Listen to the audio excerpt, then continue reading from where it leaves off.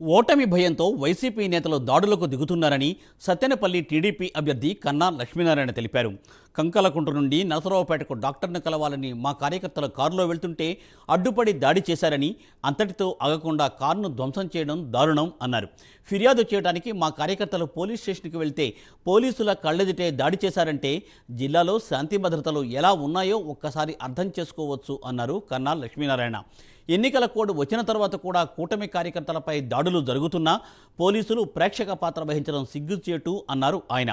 దాడి చేసిన వారిపై వెంటనే కఠిన చర్యలు తీసుకోవాలని, లేకపోతే నరసరావుపేటలో మా కార్యకర్తలపై జరిగిన దాడుల విషయాన్ని ఎన్నికల కమిషన్ దృష్టికి తీసుకెళ్తామని కన్నా లక్ష్మీనారాయణ హెచ్చరించారు.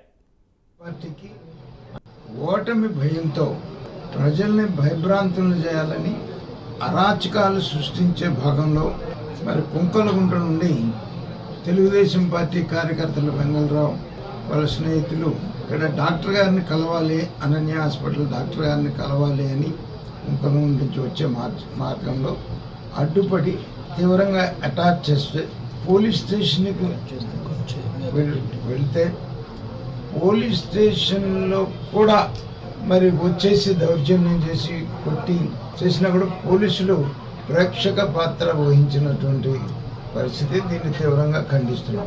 ఎన్నికల ముందు కోడ్ వచ్చే ముందు వరకు కూడా వైసీపీ పార్టీకి అనుకూలంగా పనిచేసి ఉండొచ్చు, కానీ ఎన్నికల కోడ్ వచ్చిన తర్వాత ఎన్నికల సమయంలో కూడా పోలీస్ స్టేషన్లో చొరబడి దౌర్జన్యం చేసి పోలీస్ స్టేషన్ ముందు ఉన్నటువంటి కారుని టైర్లు కోసి డ్యామేజ్ చేసినా కూడా పోలీసులు ప్రేక్షక పాత్ర వహించడం అనేటువంటి దాన్ని తీవ్రంగా ఖండిస్తున్నాం. ఎలక్షన్ కమిషనర్ దృష్టికి ఈ విషయాన్ని తీసుకొని వెళ్తాం.